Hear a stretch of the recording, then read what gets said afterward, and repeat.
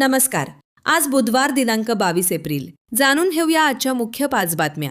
आपण ऐकत आहात मराठी अपडेट समूहाचे दररोज सकाळी 7:30 वाजता प्रसारित होणारे Marathi update morning news podcast. Nanded शहरात महावितरणकडून अघोषित लोडशेडिंग केली जात असल्याचे चित्र आहे. वारंवार खंडित होत असलेला वीज पुरवठा व MSEB कडून मिळणाऱ्या उडवाउडवीच्या उत्तरामुळे नागरिकांचा काल मंगळवार रोजी सायंकाळी संयम सुटल्याचा प्रसंग घडला. दरम्यान जंगमवाडी येथील महावितरणच्या कार्यालयावर नागरिकांनी उद्रेक करत अधिकारी जाग्यावर नसल्याने अक्षरशः कार्यालयातील साहित्यांची तोडफोड केली. शासकीय कर्मचाऱ्यांच्या मागण्यांकडे शासनाने दीर्घकाळापासून वारंवार दुर्लक्ष केल्यामुळे राज्यभरातील कर्मचारी यांनी कालपासून बेमुदत संपाची हाक दिली आहे. दरम्यान राज्य सरकारी कर्मचारी मध्यवर्ती संघटना आणि शिक्षक व जिल्हा परिषद समन्वय समिती नांदेड जिल्ह्यातील कर्मचाऱ्यांनी जिल्हाधिकारी कार्यालयापुढे निदर्शने करत बेमुदत संप पुकारलाय. राज्य शासनाने अनुसूचित जातीच्या आरक्षणाचे उपवर्गीकरण करण्याची घेत असलेली भूमिका